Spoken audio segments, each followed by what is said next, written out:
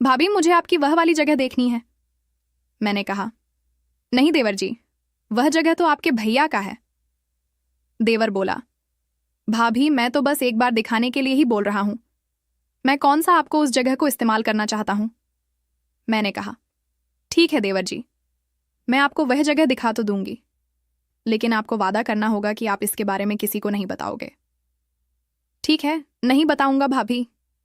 उसके बाद मैं अपने देवर को अपने कमरे में लेकर गई और मैंने अपने कमरे का दरवाज़ा बंद कर लिया। फिर मैंने अपने देवर को वह जगह दिखा दी। हेलो दोस्तों, मेरा नाम सुमन है और मेरी उम्र 26 साल है। मेरे पति दुबई में नौकरी करते हैं और मेरे ससुर जी भी दुबई में थे, इसलिए हमारे पास पैसों की कोई कमी नहीं थी। हमारे घर में हम 3 ही लोग रहते थे, मैं, मेरे पति और मेरा देवर। मेरे देवर का नाम सुनील है और वह अभी स्कूल में पढ़ता है। मेरे पति जब दुबई चले जाते थे तो घर में सिर्फ हम देवर भाभी ही बचते हैं। मेरी शादी को अभी 2 साल ही हुए थे और मैं हर वक्त अपने पति के पास रहना चाहती थी, लेकिन ऐसा हो नहीं पाता था, जिसकी वजह से मुझे हर वक्त अजीब सी फीलिंग का एहसास होता था। ऐसा लगता था जैसे किसी मछली को पानी से बाहर निकालकर छोड़ दिया गया हो। मैं अपने पति की याद में तड़पती रहती थी। मेरा देवर वैसे तो अभी बच्चा ही था, लेकिन फिर भी वह मुझे बहुत हैंडसम लगता था और मेरा दिल करता था कि मैं उसे अपना सहारा बना लूं। लेकिन फिर मैं उसकी उम्र को देखकर अपने आप को रोक लेती थी।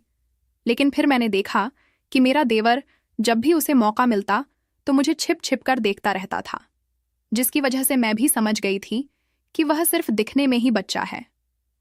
अब मैंने उसे डील देना शुरू कर दिया और उसे खर्चा करने के लिए पैसे भी देने लगी, ताकि वह मेरे साथ दोस्ती कर ले और जैसे मैं चाहूं वैसे ही रहे। धीरे धीरे मैंने अपने देवर को जितना वह चाहता था उतने पैसे देने शुरू कर दिया। अब मेरा देवर मेरे पैसे देने की वजह से मुझसे बहुत खुश हो गया था और वह मेरी हर बात मानने लगा था। लेकिन जो बात मैं उससे मनवाना चाहती थी वह बाद में उससे कह नहीं पा रही थी। हालांकि मुझे यह भी पता था कि मेरा देवर भी वही चाहता है और उसे बस मेरे कहने भर की देर है। उसके बाद वह मुझे नाखुश नहीं करेगा। लेकिन पता नहीं क्यों, जब भी मैं उसे वह बात कहना चाहती थी तो मेरी जुबान मेरा साथ ही नहीं देती थी।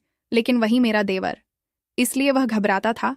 मुझसे आगे से कुछ भी कहने से ऐसे ही कुछ महीने और बीत गए। इसी के साथ मेरे अंदर की फीलिंग भी बढ़ती जा रही थी। मैंने इशारों से तो अपने देवर को बहुत बार वह बात कहने की कोशिश की, लेकिन मेरा देवर मेरे इशारों को समझ ही नहीं पाता था। फिर एक दिन मैं अपने देवर से वह बात कहने की पूरी तैयारी कर चुकी थी और तैयार होकर घर के आंगन में बैठी अपने पैसे गिन रही थी। तभी मेरा देवर अचानक से वहां आ गया। मेरा देवर मेरे पास इतने सारे पैसे देकर चौंक गया।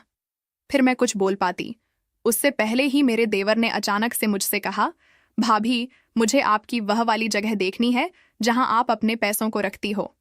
लेकिन मैंने कहा, नहीं देवर जी, वह जगह तो आपके भैया ने मुझे किसी को भी दिखाने से मना कर रखा है। फिर वह बोला, अरे भाभी, मैं तो बस एक बार दिखाने के लिए ही बोल रहा हूं। मैं कौन सा आपको उस जगह को इस्तेमाल करना चाहता हूं। मैं तो अपने देवर पर सब कुछ पहले से ही दिखाने के लिए तैयार थी, इसलिए मैंने कहा, ठीक है देवर जी, मैं आपको वह जगह दिखा तो दूंगी, लेकिन आपको वादा करना होगा कि आप इसके बारे में किसी को नहीं बताओगे। उसने कहा, नहीं बताऊंगा भाभी। उसके बाद मैं अपने देवर को अपने कमरे में लेकर गई और मैंने अपने कमरे का दरवाज़ा बंद कर दिया, क्योंकि मैं मेरे पैसे अपने कमरे में एक छोटी सी छिपी हुई अलमीरा में रखती थी और उसके अंदर बहुत सारे पैसे रखे हुए थे। फिर मैंने अपने देवर को वह जगह दिखाई तो मेरा देवर चौंक गया, क्योंकि वह जगह बहुत छिपाकर बनाई गई थी। हालांकि मेरे देवर ने उनमें से एक भी पैसा नहीं लिया। उसके बाद हम लोग अपने कमरे से बाहर आ गए और मैंने आज किसी तरह मेरे देवर को अपने दिल की बात कह दी, जिसे सुनकर मेरा देवर खुश हो गया और मान भी गया। तो धन्यवाद दोस्तों। उम्मीद है आप लोगों को हमारी यह प्यारी सी काल्पनिक कहानी पसंद आई होगी। वीडियो पसंद आए तो लाइक करें और चैनल को सब्सक्राइब करना ना भूलें।